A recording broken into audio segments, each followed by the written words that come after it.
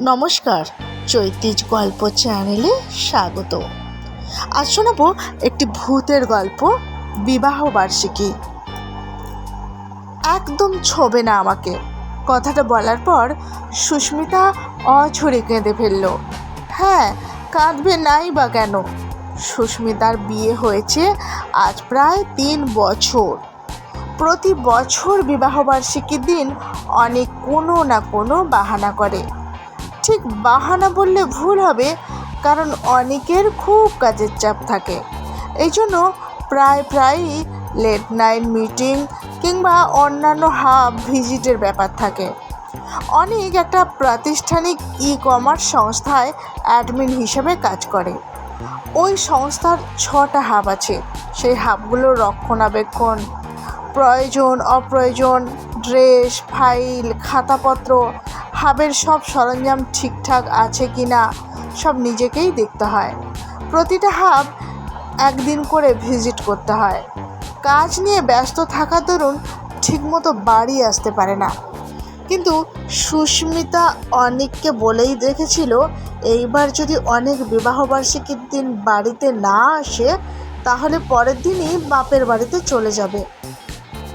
সুস্মিতার কথা শুনে অনেক শুধু এটাই বলেছিল, এইবার যতই কাজ থাকুক না কেন আসার চেষ্টা করব।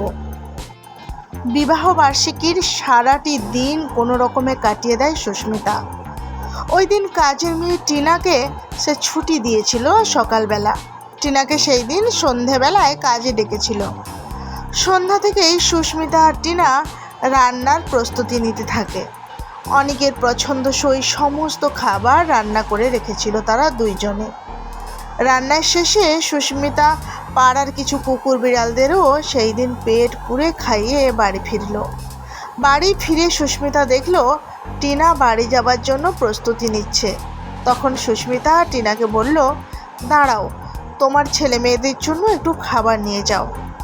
সুস্মিতা রান্নাঘর থেকে সমস্ত খাবারের মধ্যে কিছু কিছু বিশেষ আইটেম 2টো টিফিন কৌটোতে ভর্তি করে টিনার হাতে ধরিয়ে দিল। এরপর টিনা যেই চলে গেল তখন সুস্মিতা অনেকের পছন্দের সেই বাদামি রঙের শাড়িটা পরে খাবার টেবিলে এসে অপেক্ষা করতে লাগলো। ঘড়িতে তখন রাত 10:30। ঘড়ির কাঁটা সেদিন দ্রুত ছুটছে। 11টা, 11:30, 12টা, 12:30, 1:45। সুস্মিতা তখনও খাবার টেবিলে বসেছিল। এর মধ্যে নাই করে 74টা মিস কল দিয়েছে অনেককে, কিন্তু অনেক ফোন রিসিভ করছিল না। রাত 1:30টার সময় সুস্মিতা না খেয়েই বিছানায় শুয়ে পড়ল। ঘড়িতে তখন কটা বাজে সুস্মিতা জানে না। এমন সময় সুস্মিতার বেডরুমের দরজাটা খুলে গেল। খুব আস্তে করেই দরজাটা খুলেছে। সুস্মিতা তখনও জেগেছিল। বেডরুমের দরজাটা বন্ধ করবার সময় সুস্মিতার মনে হচ্ছিল অনেককে গিয়ে ঠাস করে 2 গালে 2টো চড় দিতে, কিন্তু সুস্মিতা চুপ করে রয়েছে। অনেক এত রাতে সুস্মিতাকে জাগাতে চাচ্ছে না, এর জন্যই সে চুপি ঘরে এসেছে। সুস্মিতা এটাই চিন্তা করল। সুস্মিতার যে তখন মনের মধ্যে ঝড় বয়ে যাচ্ছিল, অনেক কি বুঝতে পারছে না? অনেক কি সুস্মিতাকে কোনো দিনই বোঝার চেষ্টা করবে না? সুস্মিতা আর পারল না। নিজের যত রাগ, কষ্ট, অভিমান আছে সেটা কান্নার মাধ্যমে ভাসিয়ে দিল। সুস্মিতা তখন বিছানায় শুয়ে দেওয়ালের দিকে মুখ করে কাঁদতে লাগলো। ঘর তখন পুরো অন্ধকার। ঠিক সেই সময়ে সুস্মিতার চোখের জল মুছিয়ে দেবার জন্য হাত বাড়ায়। সুস্মিতার ভাবনার রাজ্যের রাজপুত্র। চোখ থেকে বেয়ে পড়া জলের গতিকে কিছুটা কমানোর জন্য হাতের তালু সুস্মিতার চোখের নিচ থেকে গালের চোয়াল পর্যন্ত।